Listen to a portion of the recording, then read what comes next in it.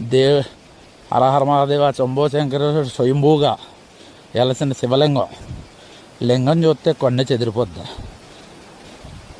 ఎన్నో పాపాలు పోతాయి. నిత్యం వాటర్ పూల్స్ పడతా ఉంటుంది శివలింగం మీద. ఆ స్వామివారికి శివరాత్రికి ఒక మహాకుంభాభిషేకం కింద ఎంతోమంది ఇరుగు పొరుగు వాళ్ళు వచ్చి అభిషేకాలు చేసుకుంటారు ఇక్కడ.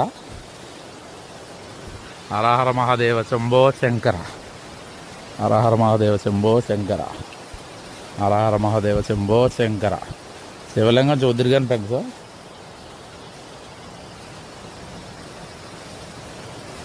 శివలింగం చూద్దరు కానీ ఫ్రెండ్స్. కానీ ఈ శివలింగాన్ని చూడాలి అంటే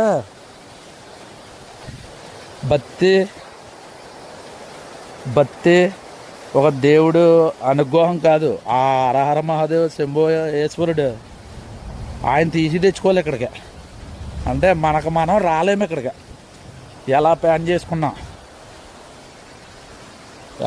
చేసుకున్నా మనకు రాలేము ఇక్కడికి. అంటే పైకి ఓ లింగం కాబడితే లోపల స్వరంగంలో ఓ లింగం ఉంటుంది. స్వరంగంలో లింగం ఎవరూ చూడలేదు ఇంతవరకు.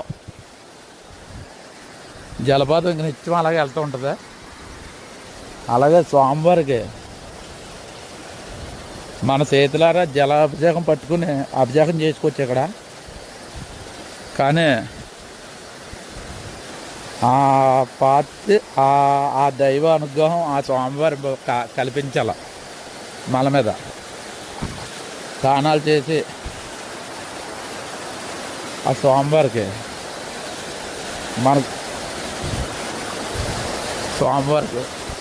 స్నానం చేసి ఆ శివలింగం మీద నీళ్ళు పోసుకోవచ్చు. హరహర మహాదేవ శంభో శంకర. ఈ లొకేషను ఈ స్వామివారి లింగం చూస్తే నాకే వణుకు పడుతుంది, అంతలా ఉంది. దైవవంతుడు ఫ్రెండ్స్, చూడండి ఫ్రెండ్స్, లింగం చూడండి ఫ్రెండ్స్. అది ఎవరో నిలబెట్టింది కాదు, ఆయనకు ఆయన స్వయంభూగా వెలిసిన శివలింగం అది. హరహర మహాదేవ శంభో శంకర, హరహర మహాదేవ శంభో శంకర, హరహర మహాదేవ శంభో శంకర, హరహర మహాదేవ శంభో శంకర, శంభో శంకర. తండ్రి నాయన హరహర మహాదేవ శంభో శంకర. చూసారా ఫ్రెండ్స్, జారిపోద్ది, చాలా జాగ్రత్తగా ఉండాలి. తండ్రి నీ పాద పద్మలో చితకోటి వందనాలు తండ్రి. ఫ్రెండ్స్, ఈ